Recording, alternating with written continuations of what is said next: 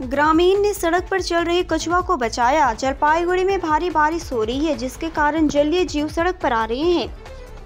देर रात सड़क से एक कछुआ को बचाया गया। जलपाईगुड़ी पांडापाड़ा जगन्नाथ कॉलोनी इलाके के रहने वाले रवि हाजरा सड़क पर चल रहे थे, तभी उनकी नज़र एक कछुए पर पड़ी। उन्होंने कछुए को बचाया और घर पर ले आई। इसके बाद उन्होंने ग्रीन जलपाईगुड़ी स्वयंसेवी संगठन को सूचना दी। खबर सुनते ही ग्रीन जलपाईगुड़ी स्वयंसेवी संगठन के सचिव अंकुर दास और कार्यालय सचिव सौरभ पाल कछुए को बचाने के लिए पहुंचे। ग्रीन जलपाईगुड़ी स्वैच्छिक संगठन के सचिव अंकुर दास ने कहा, हम कछुए को शनिवार को जलपाईगुड़ी वन विभाग को सौंप देंगे।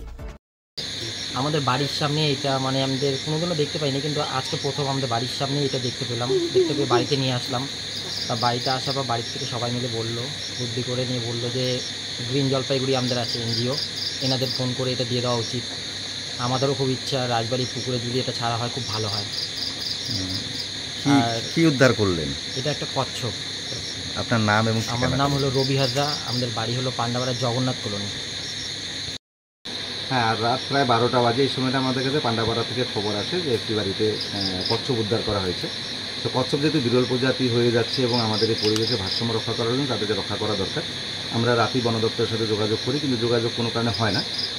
আমরা রাতে সেই কচ্ছপটাকে উদ্ধার করে নিলাম এবং রবি হাজরাকে আমরা কৃতজ্ঞতা স্বীকার করছি যে ওর মধ্যে যে সচেতনতার বার্তা আছে যে একটা কচ্ছপ যাকে বাঁচানো দরকার আমাদের পরিবেশে ইকোসিস্টেম ঠিক রাখার জন্য, তাকে আমরা কৃতজ্ঞতা স্বীকার করছি এবং আমরা কচ্ছপটা নিয়ে যাচ্ছি। আগামীকালকে বন দপ্তরের হাতে তুলে দিব অথবা বন দপ্তরের পরামর্শ মতো আমরা এটাকে রিলিজ করে দেব। অঙ্কুর দাস, সাধারণ সম্পাদক, গ্রিন জলপাইগুড়ি এনজিও।